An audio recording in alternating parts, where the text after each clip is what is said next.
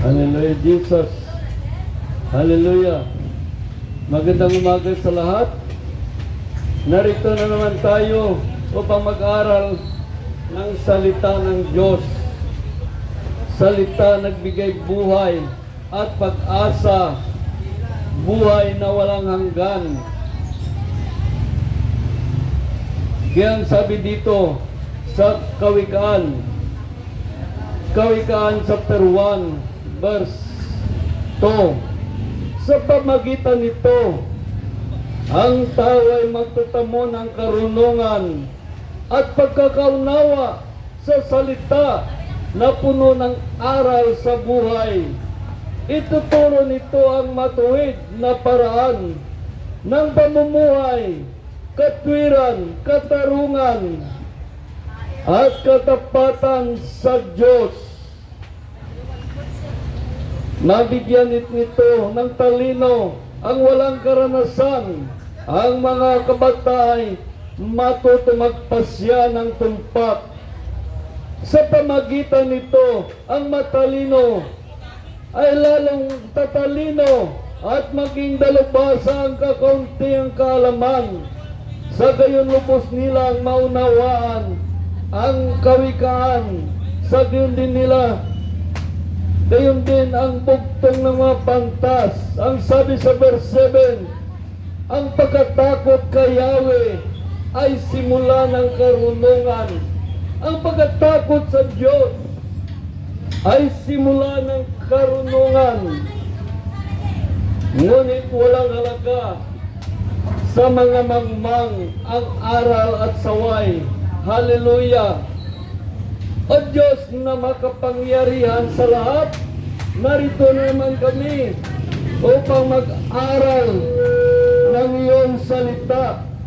Salita nagbigay buhay at pag-asa, buhay na walang hanggan.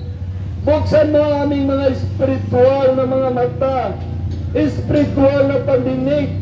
Bigyan mo kami ng karunungang espiritual upang maunawaan namin ang iyong salita. O Diyos, ikaw aming guro, nagtuturo ng aralin.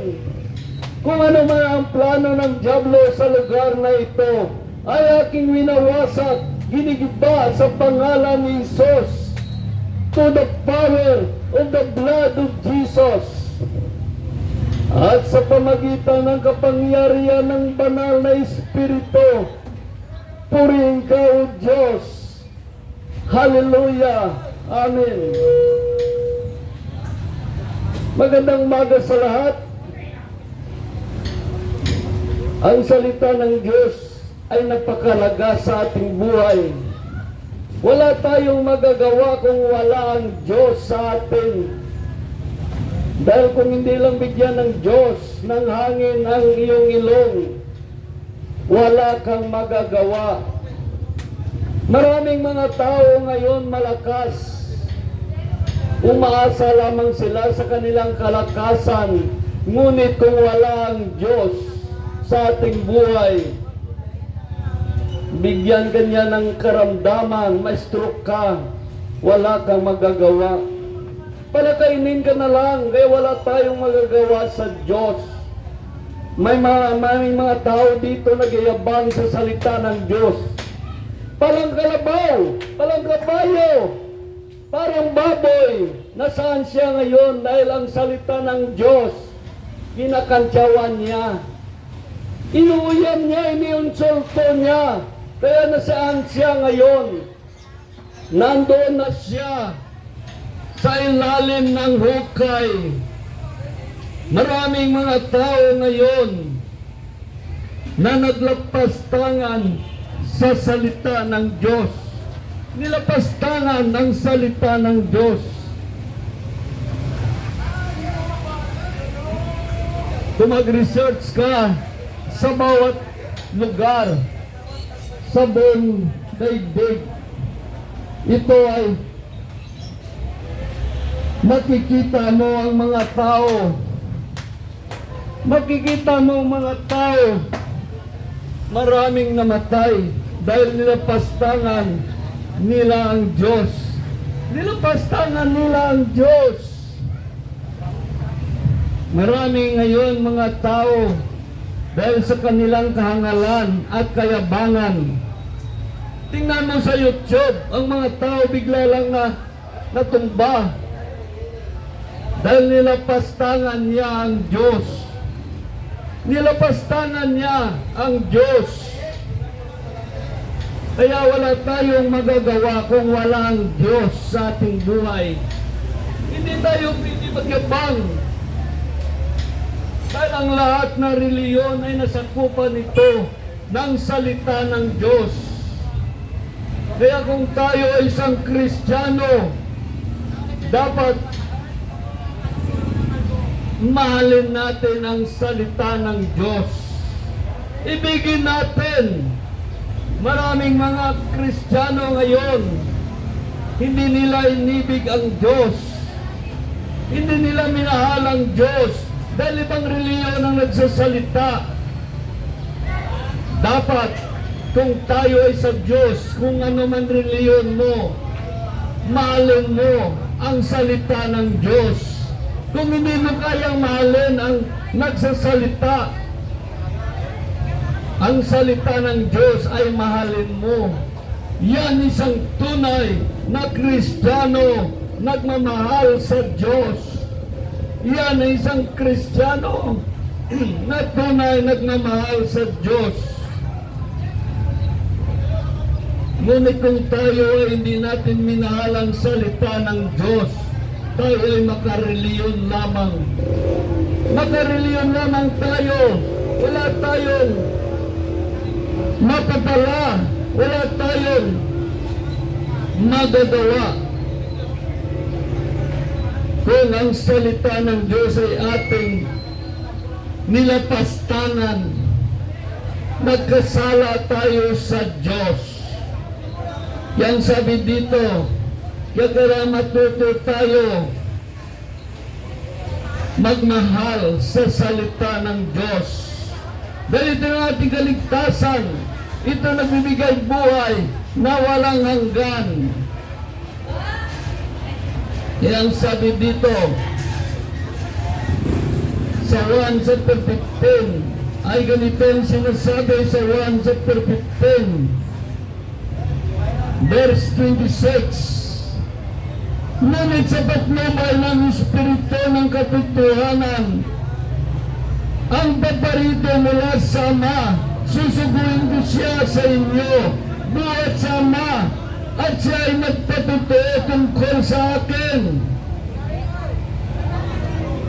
Kung sa atin ang Espiritu Santo, sana nagkaroon tayo ng pagkaunawa sa salita ng Diyos.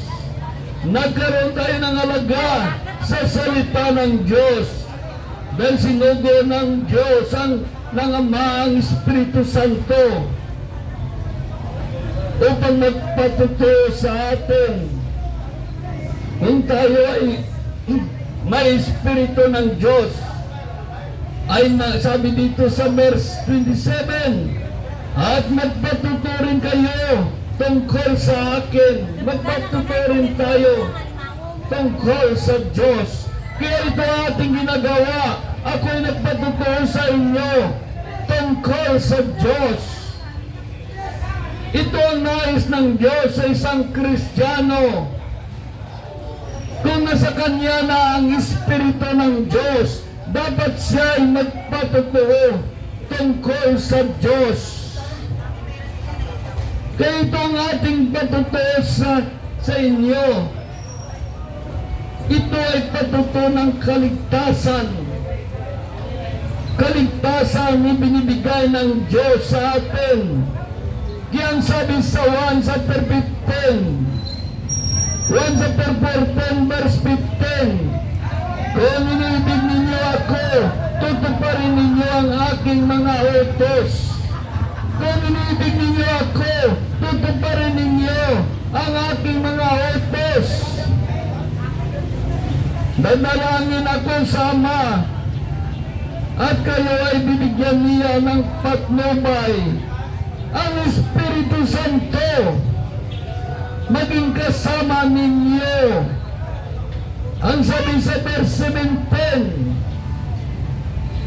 ay ganito. Ito ang espiritu ng katotohanan na hindi matanggap ng sanlibutan, sapagkat hindi siya nakikita ni nakilala ng sanlibutan, ngunit kilala ninyo siya, sapagkat siya'y sumasa inyo at nanahan sa inyo. Nakita natin kung ang espiritu na nahan sa atin, maunawaan natin ang salita ng Diyos. Maunawaan natin. Kaya ang sabi ng Diyos, kung inibig ninyo ako, tuparin ninyo ang aking mga utos. Kaya ito ang ating ginagawa dahil inibig natin ang Diyos. Tinutupad natin ang kanyang mga utos.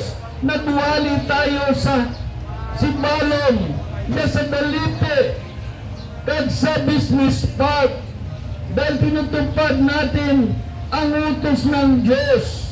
Dahil ay itong kanyang utos ng Diyos sa unang Timothy chapter 4 verse 10. Iukol mo ang iyong panahon sa pagbabasa ng kasulatan sa madla, sa pangangaral at pagtuturo hanggang ako ay dumating.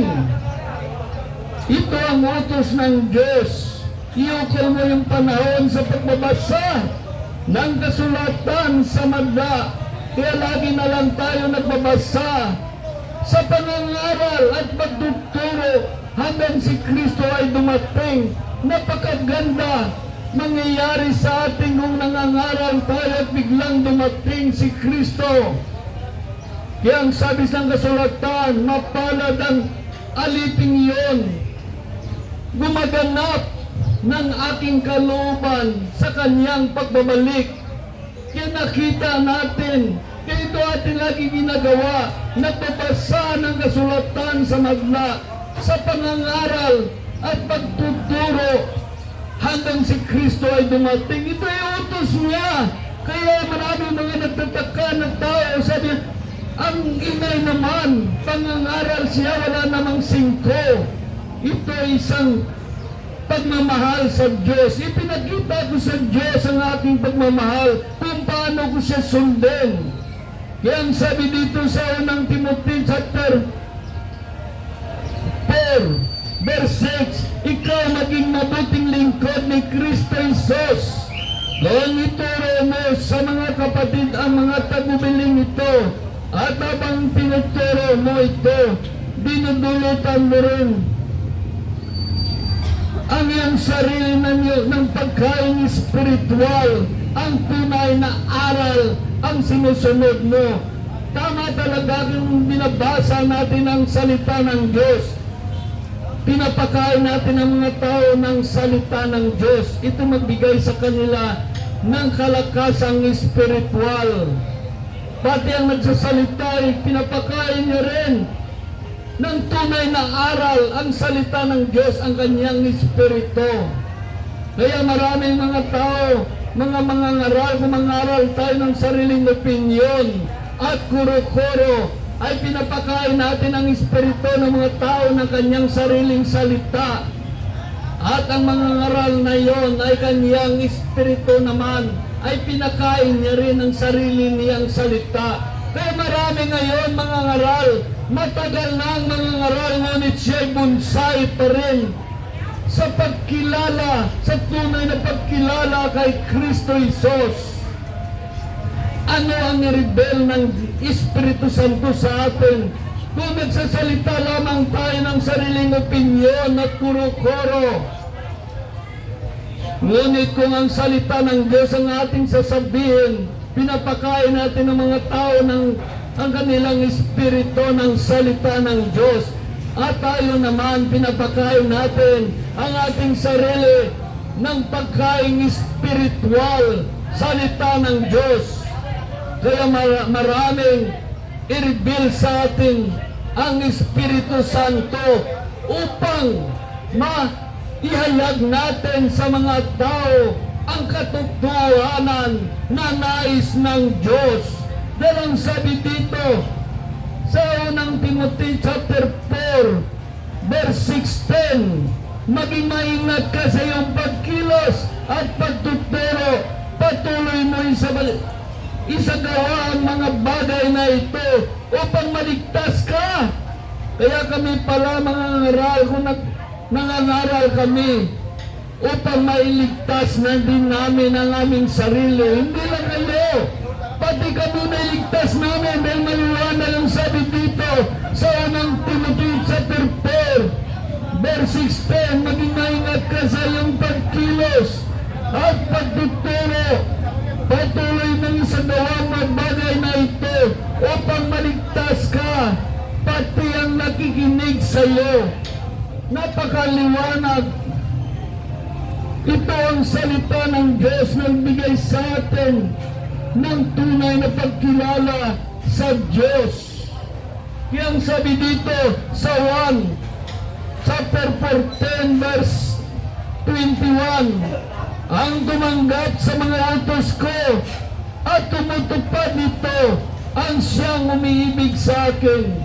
Napakaliwanag ang tumanggap sa utos ng Diyos at tumutupad nito at isabuhay ang siyang tunay na umiibig sa Diyos. Ang sabi dito, ang umiibig sa akin ay ibigin siya ng aking Ama.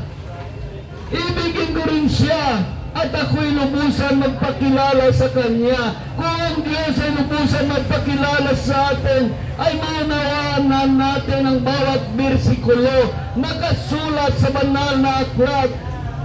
Dahil sinunod natin ang Diyos, inibig natin ang Kanyang salita. Sinunod natin ang Kanyang utos at isabuhay. Dahil maliwanag ang sabi dito, ang tumanggap sa aking utos at tumutupad nito ang siyang umiibig sa akin. Ang umiibig sa akin ay ibigin siya ng aking Ama. Ibigin ko rin siya at ako'y lubusang magpakilala sa Kanya. Paano ang Diyos magpakilala sa atin? Ibigay niya ang unawa sa iyo sa bawat bersikulo. Bigyan na ng Diyos ng unawa sa bawat bersikulo na yung binabasa. Dahil ang sabi dito sa unang 1 chapter 2 verse 20, ngunit pinagkaloob sa inyo ang Espiritu at dahil dito kayong lahat ay may pagkakaunawa. Napakaliwanag kung pinagkaloob sa atin ang Espiritu ng Diyos.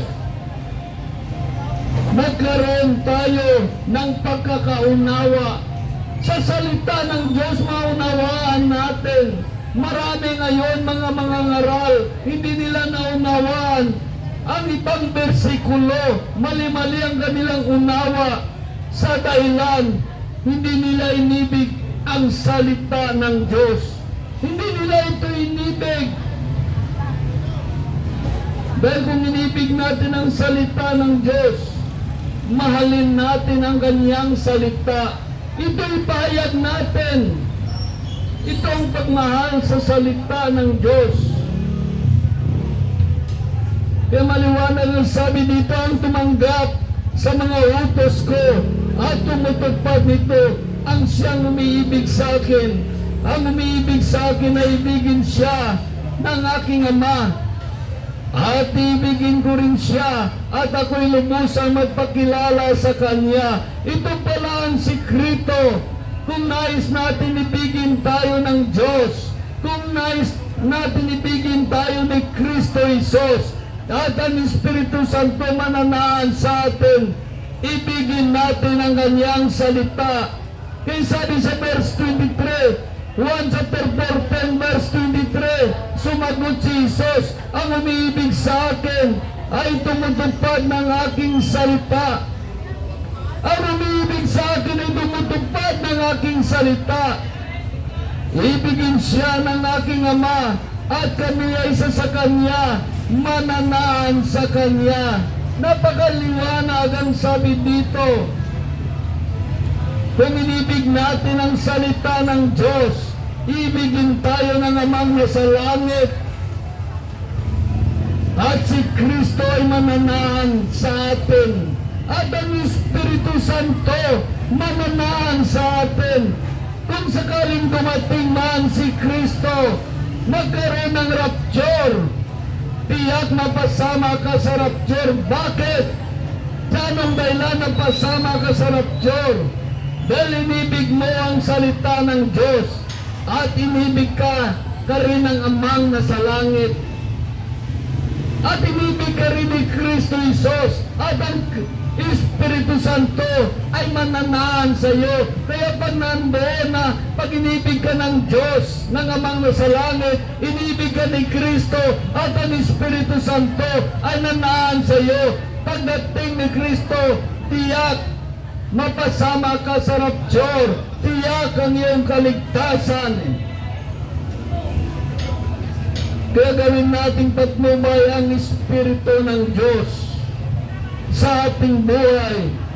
Pero kung sakali naman, hindi na natin naabutan ng rapture at tayo ay namatay, hindi natin naabutan ng rapture at tayo ay namatay, hindi natin naabutan ang pagbalik ni Kristo at tayo ay namatay, ang sabi dito sa Roma chapter 8 verse 11, kung nanahan sa inyo ang Espiritu ng Diyos na siyang muling bumuhay kay Jesus, ang Diyos niya na magbibigay buhay sa inyo mga katawang na mamatay sa pamagitan ng kanyang Espiritu na nanahan sa inyo.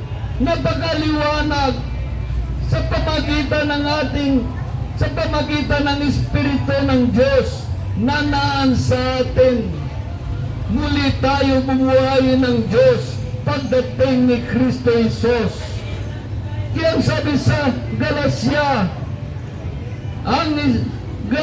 chapter 5 verse 16, ito ang sinasabi ko sa inyo, ang Espiritu ang gagawin ninyong patnubay sa inyong buhay. Ang Espiritu ng Diyos ay gagawin nating patnubay sa ating buhay. Kaya ang sabi naman dito sa Roma,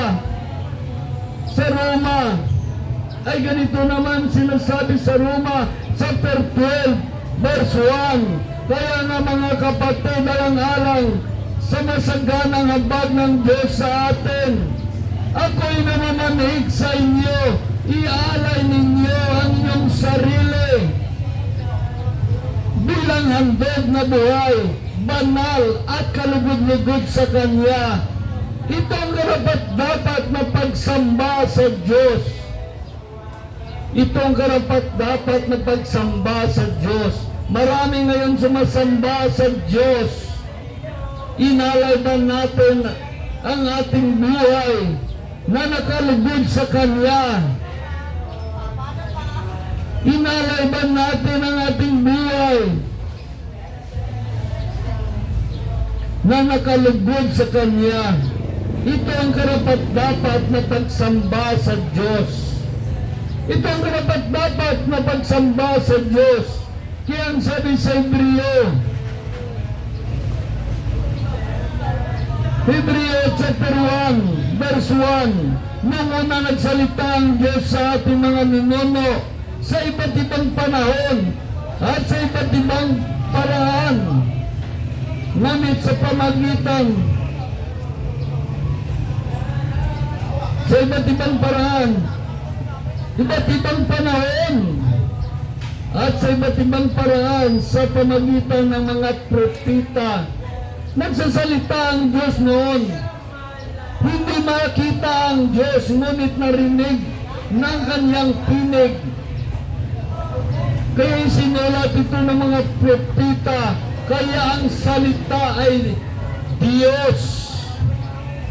Ang salita ay Diyos.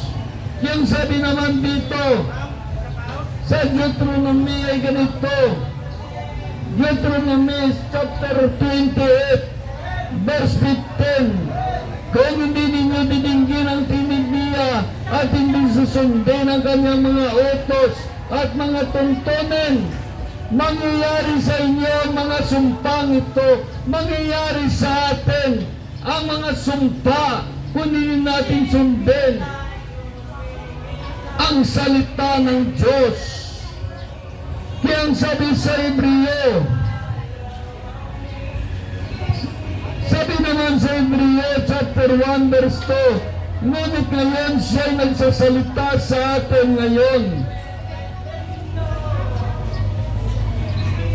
Sa pamagitan ng kanyang anak, sa pamagitan ng anak, nilikha ang lahat ng bagay. Inilikha tayo ng Diyos sa pamagitan ng kanyang salita.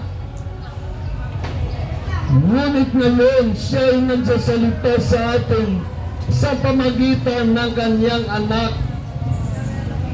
Yang sabi naman sa 1 chapter 12 ay ganito. 1 chapter 12 verse 48, mayatong sa sinamamagtakwil sa akin at hindi tumanggap ng aking salita, ang salitang ipinayag ko sa inyo, ang hatol sa kanya sa huling araw. Ang salita ng Diyos ang hatol sa atin sa huling araw. Dahil ang sabi dito sa 1 chapter 1 verse 1 ay ganito naman ang sinasabi, sa pasimula pa'y naroon ang salita, kasama ng Diyos ang salita, at ang salita ay Diyos. Napakaliwanag. Ang sabi naman dito sa verse 14, naging tao ang salita at siya'y nanirahan sa piling natin. Nakita namin ang kanyang kapangyarihan at kadakilaan, puspos ng pag-ibig at katapatan. Tinanggap niya mula sa Ama ang kapangyarihan at kadakilaan bilang bugtong na anak. Napakaliwanag, bilang bugtong na anak, naging tao ang salita. Ang salita ay si Kristo Jesus. Kaya kung tinakwil natin ang salita ng Diyos, ay tinakwil natin si Kristo Jesus. Marami mga Kristiyano ngayon, maka-Diyos, maka-Kristo, ngunit ang salita ng Diyos ay kanyang itinakwil. Hindi niya alam ang salita ay Diyos. Hindi niya alam, naging tao ang salita. Yun ay si Kristo Jesus na ating itinakwil. Itinakwil natin si Kristo Jesus. Kaya ang sabi dito sa 1 chapter 14 verse 15, sabi dito, kung iniibig ninyo ako, tutuparin ninyo ang aking mga utos. Ang sabi sa verse 21, ang tumanggap sa mga utos ko at tumutupad nito, ang siyang umiibig sa akin.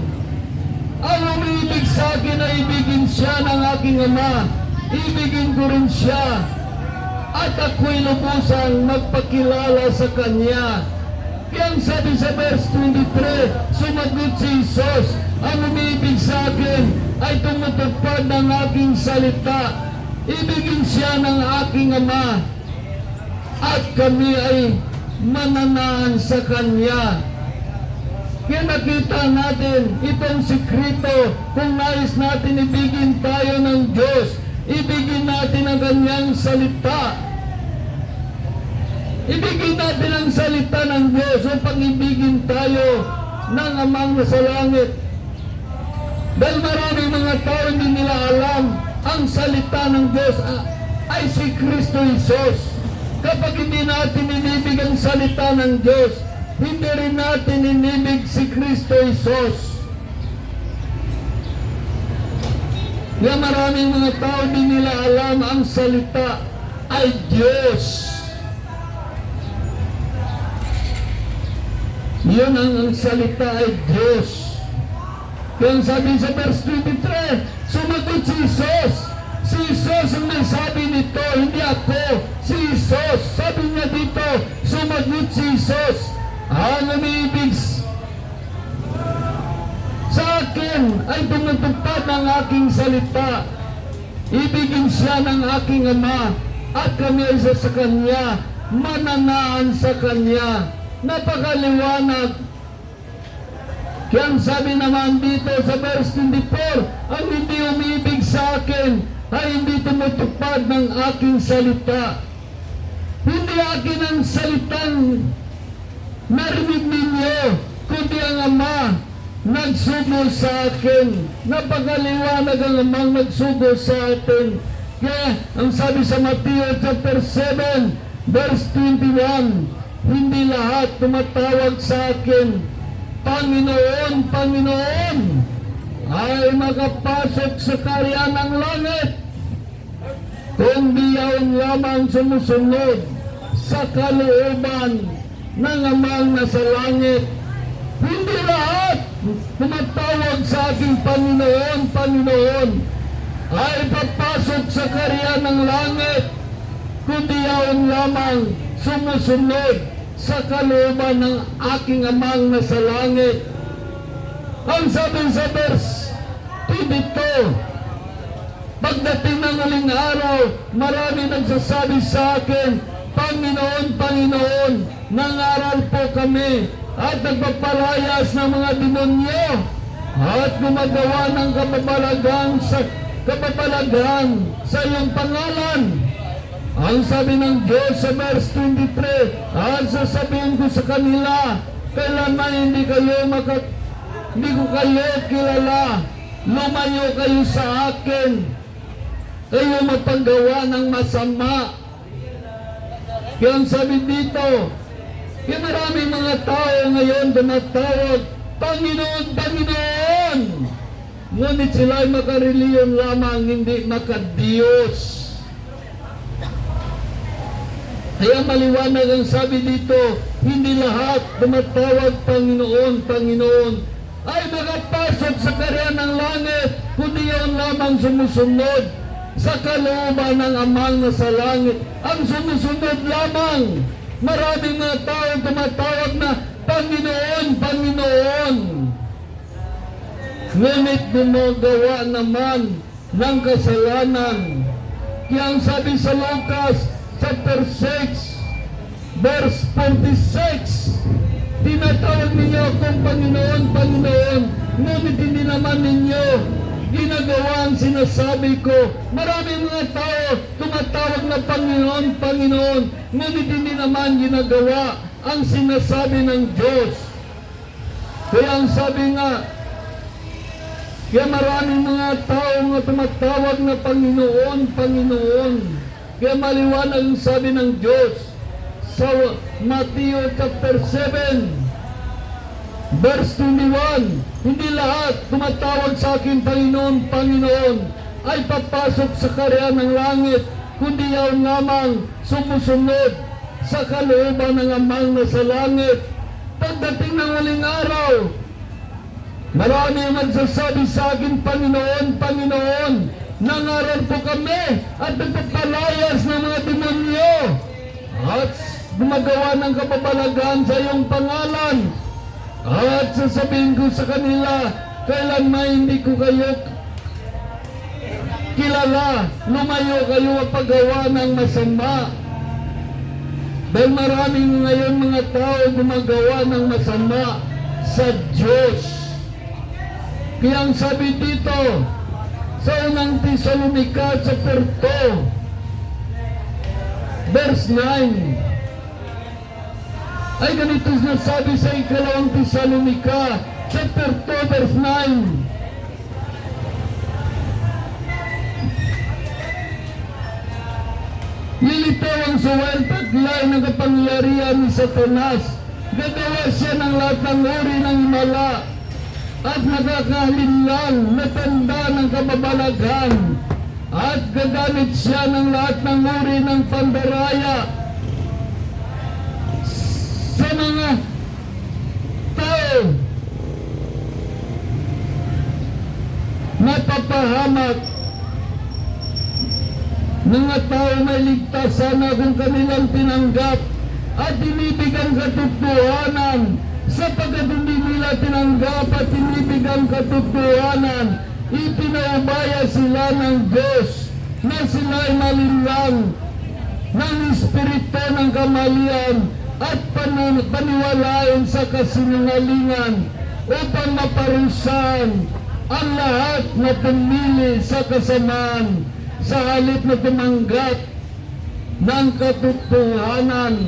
Kaya hindi lahat tumatawag sa akin, Panginoon, Panginoon, ay papasok sa karya ng langit, kundi iyon lamang sumusunod sa kalooban ng Amang nasa langit. Kaya ang sabi naman dito sa unang Tesalonica chapter 4 verse 8, kaya ang sino man maghamak sa aral na ito ay umahamak hindi sa tao kundi sa Diyos na siyang nagkaloob sa atin ng kanyang Espiritu. Kaya sa Diyos tayo umahamak, hindi sa nagsasalita. Sa Diyos tayo umahamak, hindi sa nagsalita. Dahil maliwanag yung sabi dito, kaya sino mang mahamak sa aral na ito ay umahamak hindi sa tao kundi sa Diyos na siyang nagkaloob ng kanyang Espiritu. Kaya sabi naman sa Tesalonica chapter 2 verse 4, minarapat ng Diyos may pagkatiwala sa amin ng mabuting balita. Kaya nangangaral kami upang bigyan ng kasiyahan hindi ang tao kundi ang Diyos na kasiyasat sa ating puso. Kaya kung nangangaral tayo, doon kami nagpiperform sa Diyos. Dahil ito ang kanyang utos. Milyon ng anghel nakatingin sa atin. Si Kristo Jesus nakatingin sa atin. At ang Diyos, amang nasa langit, nakatingin sa atin. Siya tumitingin kung sinusunod natin ang kanyang utos. At siya rin nakatingin sa ating mga isip at sa ating puso kung ito ba'y tayo sing-ayon sa salita ng Diyos o hindi. Kaya hindi ninyo yan matatago sa Diyos. Alam ng Diyos ang inyong puso kung kayo ay nagmamahal, kung kayo ay umiibig sa salita ng Diyos. Kaya nakita natin. Kaya dito natin makita. Yang sabi dito sa Tesalonica chapter 5 verse 9 to 10. Tinawag tayo ng Diyos hindi upang parusahan, kundi upang iligtas sa pamagitan ng ating Panginoong Kristo. Namatay siya sa atin upang tayo ay mabubuhay na kasama niya. Buhay man tayo o patay sa kanyang muling pagparito. Kaya muli din tayo mabuhay ni Kristo kung sakaling dumating siya. Napatay tayo na tayo dahil ang Espiritu na naan sa atin ang siyang muling bumuhay sa atin. Kung sakali man dumating si Kristo na abutan natin, ang Espiritu na naan sa atin ang magdala sa atin sa rapture. Ito magdala sa atin sa rapture ang Espiritu ng Diyos. Kaya kailangan natin gagawin nating patnubay ang Espiritu ng Diyos. Ang Espiritu ng Diyos ay gagawin nating patnubay sa ating buhay.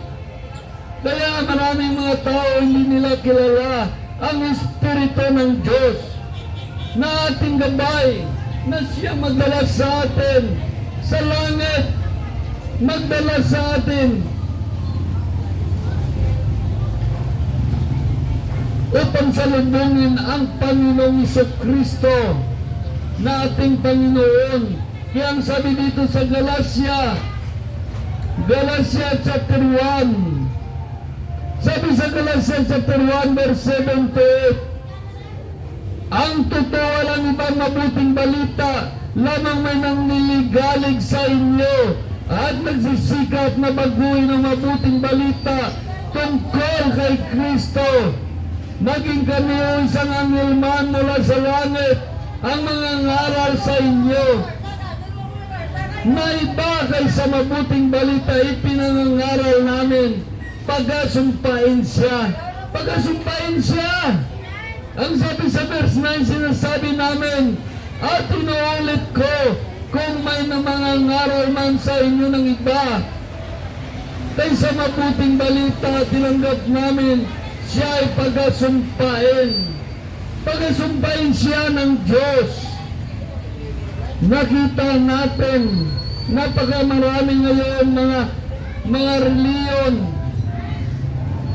Pangahas sila sa Diyos. Binabago ang salita ng Diyos upang nais nila ito'y papuntahin sa kanilang reliyon. Hindi papunta kay Kristo, kundi papunta sa kanilang reliyon. Ang kanilang sinasabi, sasabihin nila si Kristo ay tao lang. Una sasabihin sa inyo, magkwento-kwento sila tungkol sa Diyos. At sa banda uli sasabihin nila si Kristo ay tao lang. Ganon ang mga mandarayang aral na hindi nasasali kay Kristo. Kaya ang sabi dito sa ikalawang Tesalonika ay ganito ang sinasabi sa ikalawang Tesalonika chapter 11.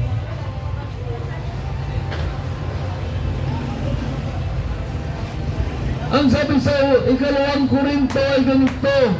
Ikalawang Korinto chapter 11 ay ganito ang sinasabi ng Diyos sa atin. Sabi sa verse 13 to 14, hindi sila tunay na lingkod, kundi mandaraya lamang. At nagkukunwaring mga lingkod ni Kristo Jesus. Kaya marami ngayon mga nangangaral na wala sa Diyos, kundi sila makareliyon lamang. Kaya maliwanag ang sabi sa ikalawang Korinto chapter 11 verse 13, hindi sila tunay na lingkod ng kundi mandaraya lamang. At nagkunwari mga lingkod ni Kristo. Hindi ito dapat pagtakhan, sapagkat si Satanas man ay maaaring magkunwaring anghel ng kaliwanagan. Kaya hindi kataka-taka na magkunwaring lingkod ng katwiran ng kanyang mga lingkod. Ang kanilang kainatnan ay ayon lamang sa kanilang mga gawa. Ano ba ang ginagawa nila? Ano mga gawa nila? Ipakilala nila ang rebelto na si Jesus. Ano pa ang kanilang mga gawa? Ipakilala nila si Kristo ay tao lang. Kaya maliwanag ang sabi dito. Maliwanag ang sabi sa ikalawang Korinto chapter 11 ay ganito ang sinasabi sa ikalawang Korinto chapter 11 verse 3. Ngunit nag-alala ako baka malaso ng inyong isipan at imailayo kayo sa tapat at balisay na pananalig kay Kristo tulad ni iba nilinlang ng ahas. Yang sabi naman sa verse 4, sapagkat malugod ninyong tinanggap ang sinumang dumarating ng angaral ng ibang Isos kaysa ipinangangaral ko. Kaya marami ngayon maliwanag ng angaral ng ibang Isos. Isos na rebulto at Isos na tao lang. Dahil maliwanag ang pagkasabi dito sa banal na aklat, sapagkat malugod ninyong tinanggap ang sino man dumarating at nangangaral ng ibang Isos. Maraming nangangaral ngayon ng ibang Isos. Ngunit ang ating pinangaral na Isos. Isos na sa langit. Iyon ang ating Isos na pinangangaral, ang Isos na sa langit. Nakatingin siya ngayon sa atin. Pinagmasdan tayo ni Isos na sa langit. Kung minahal ba natin ang kanyang salita, kung singayon ba tayo sa salita ng Diyos, yan nakita natin. Maraming nangangaral ng ibang Isos. Isos na rebulto lang. Isos na tao lang. Ngunit ang ating Isos, Isos na umakyat sa langit. Yun ang ating Isos na ipinangangaral. Kaya ang sabi dito sa ikalawang Pedro, sabi sa ikalawang Pedro ay ganito. Ikalawang Pedro chapter 1. Ikalawang Pedro chapter 2 verse 1. Nung una lumitaw sa Israel ang bulang propeta, sa inyo naman ang ililitaw ng bulang guro. Gagamitan niya ng katusuan ang pagtuturo ng mga aral na kakasira ng inyong panampalataya. Itakbil nila ang Panginoon na nagligtas sa kanila, kaya biglang darating sa kanilang kapahamakan. Maraming nagtakwil. Sabi dito, nakakasira ng inyong panampalataya. Itakbil nila ang Panginoon nagligtas sa inyo. At biglang darating, paano nila tinakwil si Kristo? Hindi nila pinakilala ang Kristo sa langit, kundi pinakilala nila ang Kristo na rebulto.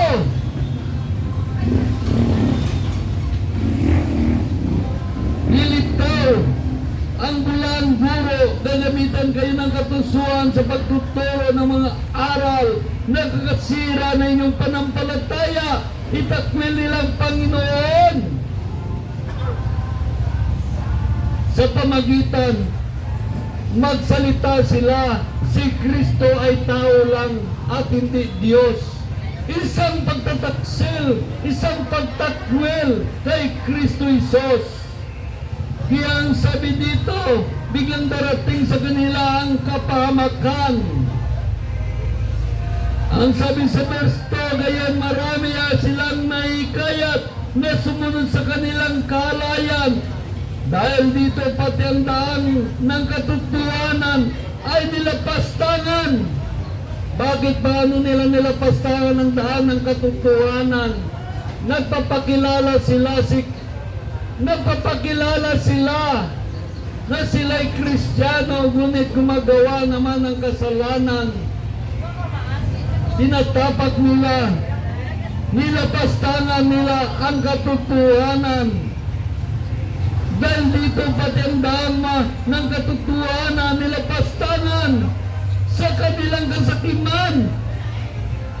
Nilinlang nila kayo sa matutamis na pangungusap upang makuha ang inyong kayamanan. Kukunin kayo sa matamis na salita. Kung magsalita siya, parang di magapisa ng kamates. Pinapaganda ang buses na parang Diyos. Yan isang matamis na pananalita. At puri-purihin kayo upang makuha ang inyong kayamanan. Patawa-tawanin kayo na parang bata na ginaitok-itok, nagahiri kakadlaw, upang makuha ang inyong kayamanan. Atik-atik, bulubulatik. Yan ang ibig sabihin. Yan sabi sa Zacarias ay ganito, ni Propeta Zacarias ay ganito ang sinabi ng Diyos kay Propeta Zacarias. Zacarias chapter 11 ay ganito ang sinasabi sa Zacarias chapter 11 verse 15. Sinabi ni sa akin, mag-ayos kang tulad ng isang pastol na walang kabuluhan. Ang bayang ito bibigyan ko ng pastol na walang kabuluhan. Hindi nagpapalaga sa mga nawawala. Hindi hinahanap ang mga naligaw. Hindi hinihilot at napilayan ni mag-alaga sa may sakit. Bagkus ubusin niya ang mga taba sa kaitapon ng buto. Kaya marami ngayon nangyayari sa mga kasimbahanan. Inuubos muna ang taba. Pag buto ka na, itapon ka na lang. Wala ka ng halaga. Wala ka ng halaga. Dahil isa ka ng buto. Yan sabi dito sa Pedro. Sabi dito sa ikalawang Pedro, ang katulad ng mga bulaang guro nito ay mga batis na tutuyo at mga alapap na itataboy ng unos. Sila'y nalaan ng Diyos sa pusikit na karimlan. Kaya nakita natin, nakalaan na sila sa pusikit na karimlan. Nagtuturo sila ng kasinungalingan. Kaya ang sabi dito sa 1 chapter 10 ay ganito. 1 chapter 10 verse 10 ay ganito naman sinasabi sa 1 chapter 10 verse 10.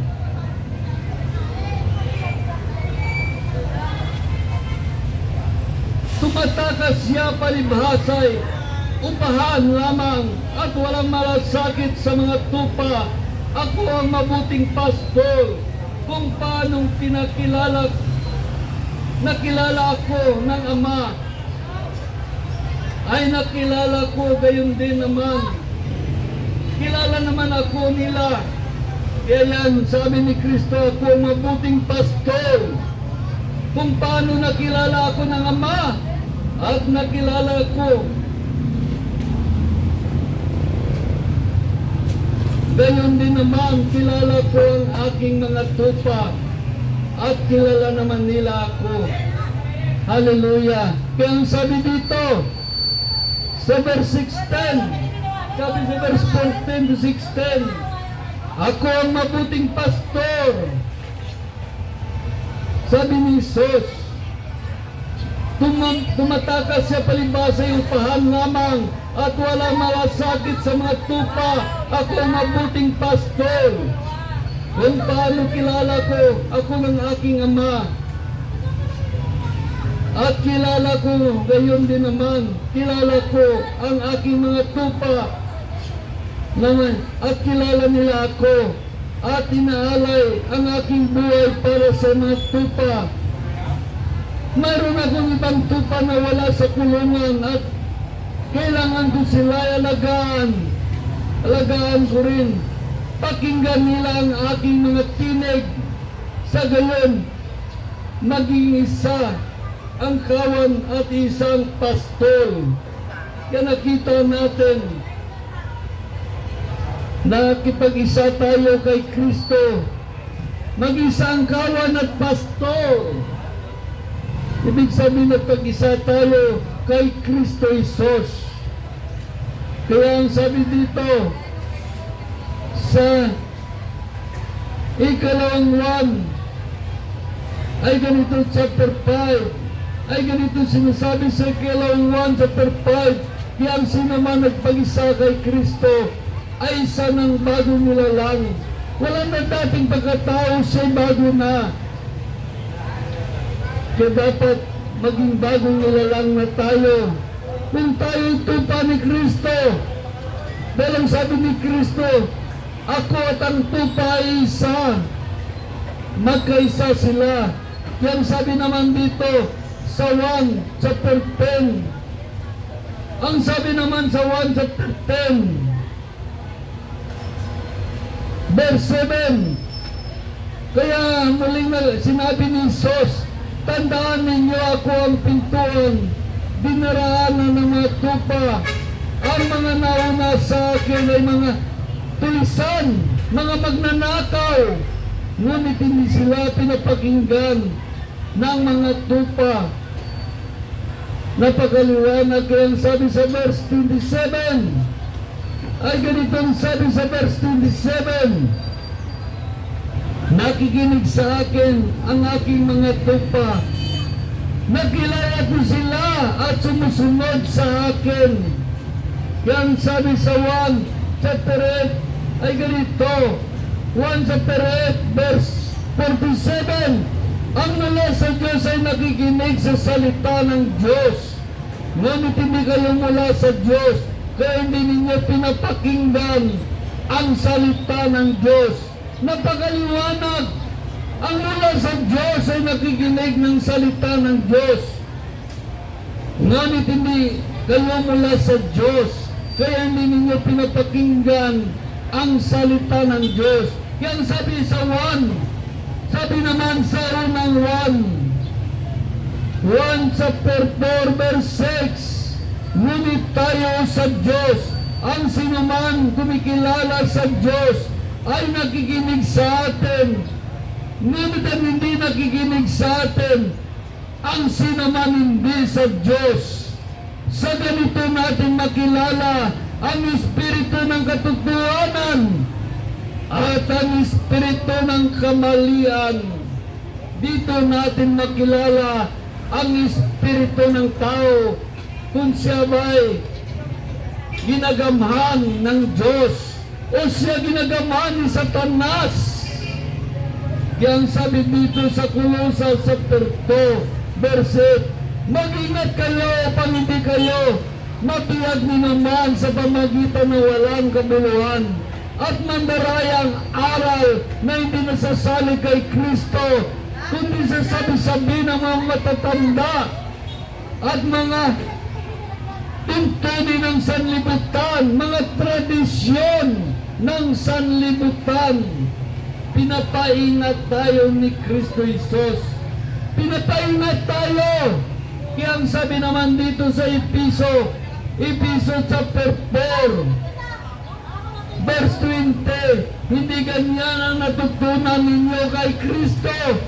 Kung talagang pinakinggan ninyo ang aral niya at natuturuan kayo ng katotohanan kay Jesus, iwanan ninyo ang dating pamumuhay, hubarin na ninyo ang dating pagkatao nagpapahamak sa inyo dahil sa masamang pita. Magbago kayo ng diwa at pag-iisip, at dapat makita sa inyong bagong pagkatao na nilikha na kalarawan ng Diyos, kalarawan ng kanyang katwiran at kabanalan. Yan ang maging kalarawan tayo ng Diyos, ng kanyang kabanalan at katwiran. Kaya sabi naman dito sa Galatia chapter 5 verse 16, ito ang sinasabi ko sa inyo, ang Espiritu gagawin ninyong patnubay sa inyong buhay. Kaya sabi dito sa verse 20, sabi sa verse 25,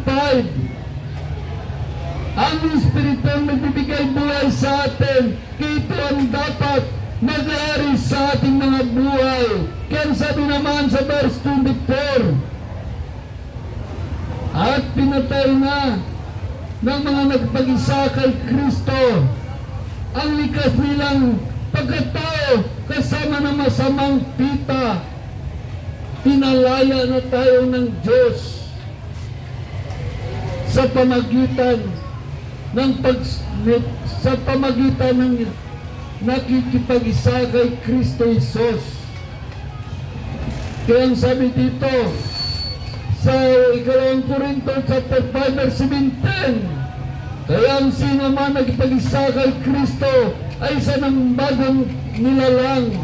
Wala ng dating pagkatao, siya ay bago na. Bago na siya. Kaya ang sabi naman sa Colossus chapter 3 verse 5, kaya dapat nang mawala sa inyo ang mga pita ng makalaman, pangangalunya, kaalayan, maalay na simbolo ng damdamin, masamang nasa at ang pag-imbati sa nari ng pagsamba sa Diyos-Diyusan. Dahil sa mga bagay na ito, ang Diyos ay napuput sa mga taong lumalabas sa kanyang kalooban. Nung una, nang pinagarihan pa kayo ng masamang pita, namuhay rin kayo sa masamang kasama-kasama na mga taong gumagawa niyon. Ngunit ngayon, itinakil na ninyo ang lahat ng ito, galit, puot at masama at sama ng loob. Iniiwasan na ninyo ang panungayaw at malaswang pananalita. Huwag na kayong magsinungaling sa isa't isa, yamang inubad na ninyo ang dating pagkatao.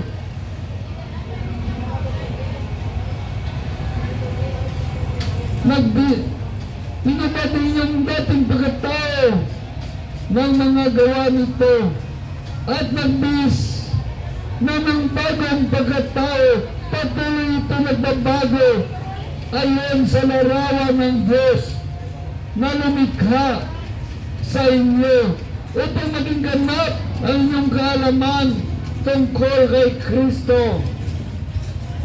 Upang maging ganap ang ating kaalaman tungkol kay Kristo. Kaya ang sabi dito sa 1 chapter 8 verse 32, makilala ninyo ang katotohanan at ang katotohanan ang magpalaya sa inyo. Pag nalaman na ninyo ang katotohanan magpalaya sa inyo sa mga gapos ng dyablo sa paggawa ng kasalanan.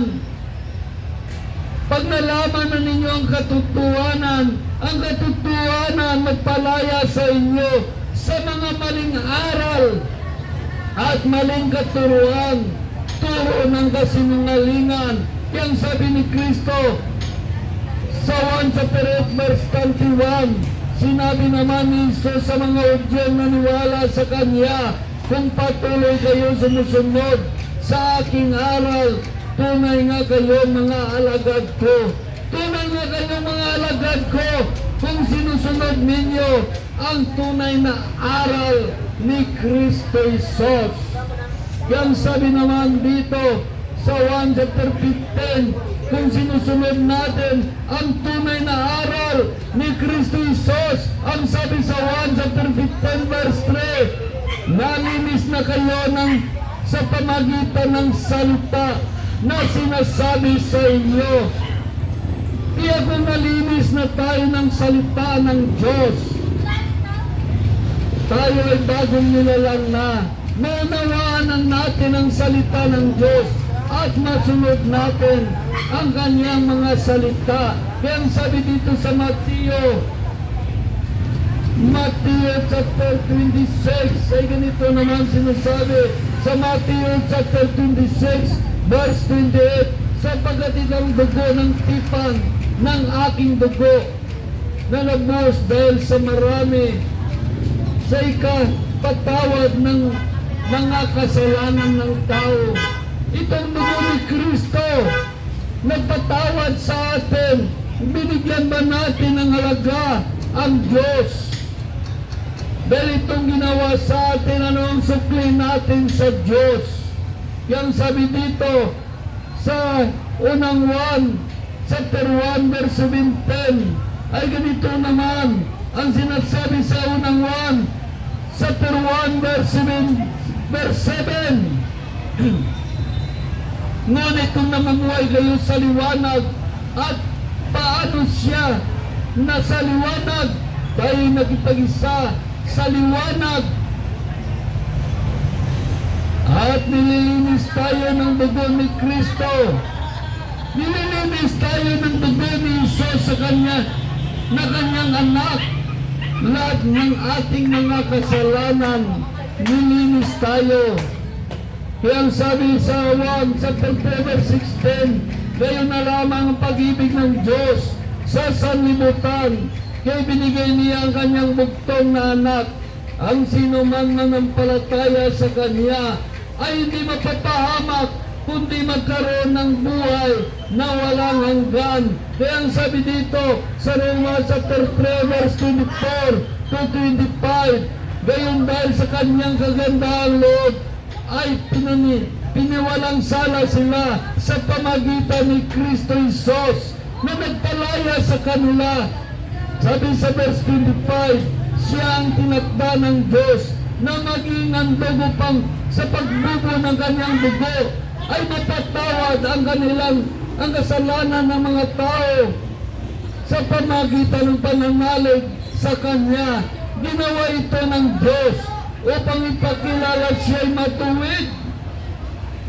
Pagkat nang una nagtitimpi siya at pinamanhin ang mga kasalanan na gawa ng mga tao. Kaya napakaliwanag sabi dito. Kaya ang sabi naman sa ikalawang Korinto ay ganito naman sinasabi ng Diyos sa ikalawang Korinto upang maunawaan natin at mabigyan ng halaga ang Diyos. Sabi sa ikalawang Korinto chapter 5 verse 15, namatay siya para sa lahat upang ang mga nabubuhay ngayon ay huwag nang mabuhay para sa sarili, kundi para kay Kristo. Namatay at muling nabuhay para sa atin. Kaya maliwanag sabi dito, namatay siya para sa lahat upang mga nabubuhay ngayon ay huwag na mabuhay para sa sarili, kundi para kay Kristo. Para ba kay Kristo tayo namumuhay? Kay Kristo ba tayo? Kaya ang sabi sa ikalawang Pedro, sabi sa ikalawang Pedro ay ganito, ikalawang Pedro chapter 3 verse 9, ang Panginoon ay hindi nagpabaya sa kanyang pangako tulad ng nakala ng ilan. Hindi pa niya tinupad ang kanyang pangako. Yun ay alang-alang sa inyo. Binibigyan niya kayo ng pagkakataon ang lahat na makapagsisisi at magbalik loob sa Diyos, sapagkat hindi niya nais mapapahamak kayo. Hindi niya nais kayo mapapahamak. Ganun tayo kamahal ng Diyos. Kaya ang sabi dito sa Mateo chapter 24 verse 13, ang sabi dito sa Mateo chapter 24 verse 10, ang manatiling tapat hanggang wakas, ang siya lamang maliligtas. Ang manatiling tapat hanggang wakas ay siyang maliligtas. Nung nakilala mo si Kristo, nanatili ka ba hanggang tapat? Dahil kung nakilala mo noon si Kristo at hindi ka natapat sa Kanya, tumalikod ka sa Kanya, tiyak mapapahamak ka. Mapapahamak ka kung ikaw ay naputol ang iyong relasyon sa Diyos. Kung naputol ang relasyon mo sa Diyos, ikaw ay mapapahamak. Dahil ang sabi dito sa 1 chapter 15 verse 5, ang sabi dito, ako ang puno ng ubas at kayo ang sanga. Ang nanatili sa akin, ako ay sa kanya. Ang siyang mannamunga ng sagana, sapagkat wala siyang magagawa. Wala kayong magagawa kung kayo'y humiwalay sa akin. Tutuyang humiwalay tayo sa Diyos. Wala tayong magagawa kung humiwalay tayo sa Diyos. Yang sabi dito, ang hindi na napili sa akin ay itatapon at matutuyo gaya ng sanga. Ang ngayong mga sanga ay titipunin at susunugin. Kung nanatili kayo sa akin at nanatili sa inyo. Kung nanatili kayo sa akin at manatili sa inyo ang mga salita ko. Dapat ang salita ng Diyos ay manatili sa atin. Ang salita ng Diyos nagbibigay buhay at pag-asa, buhay na walang hanggan. Kaya maraming mga Kristiyano ngayon hindi nanatili sa Diyos. Hindi na siya nanatili. Kaya ang sabi dito, ang hindi nanatili sa akin ay itatapon sa apoy. Ako ang puno ng ubas at kayo ang mga sanga. Kung hindi kayo nanatili sa akin, kayo ipuputulin at itapon sa apoy. Ito lang ang aking mensahe sa inyo. Hallelujah! Maraming salamat sa lahat at magandang araw. Antayin natin ang ating kasama. Nais niya magpahayag sa inyo ng salita ng Diyos upang mapatibay ang inyong panampalataya at pananalig sa Diyos, upang madagdagan ang inyong kaalaman. Kaya ang sabi ng Diyos, araw-araw kayo magpaalalahanan sa isa't isa. Magpatibayan, magpatibay ng inyong pananalig sa akin. Kaya ito ating ginagawa. Nangangaral kami, sinusunod namin ang utos ni Kristo upang mapatibay ang inyong panampalataya sa Diyos. Hindi na parang sino kami na magagaling, hindi. Ang magaling dyan ay ang Diyos. Ang magaling dyan ay ang salita ng Diyos na inyong narinig. Kaya dapat kung may nagsasalita, huwag yung nagsasalita ang tingnan ninyo. Pakinggan ninyo ang salita ng Diyos na nagbigay buhay, pag-asa, buhay na walang hanggan. Hallelujah! Hallelujah! Ito lang aking mensahe dahil mahal kayo ng Diyos. Nais ng Diyos iligtas kayo. Nais ng Diyos lahat na tao palangit. Hindi gusto ng Diyos may saman sa inyo, mapahamak, mapunta sa impyerno. Ngunit dahil sa inyong katigasan ng ulo at kamangmangan, kaya kung sakaling napahamak kayo, kayo ang may kasalanan, hindi ang Diyos. Dahil hindi ninyo sinunod ang Diyos. Dahil kung sinunod ninyo ang Diyos, tiyak ikabuti ninyo. Hindi lang dito sa ibabaw ng lupa, pati sa kabilang buhay. Ngunit dahil sa inyong katigasan ng ulo at kamamangan, kaya kayo mapapahamak sa impyerno. Kaya ito lang aking mensahe. Maraming salamat sa lahat. Mahal kayo ng Diyos. Hallelujah.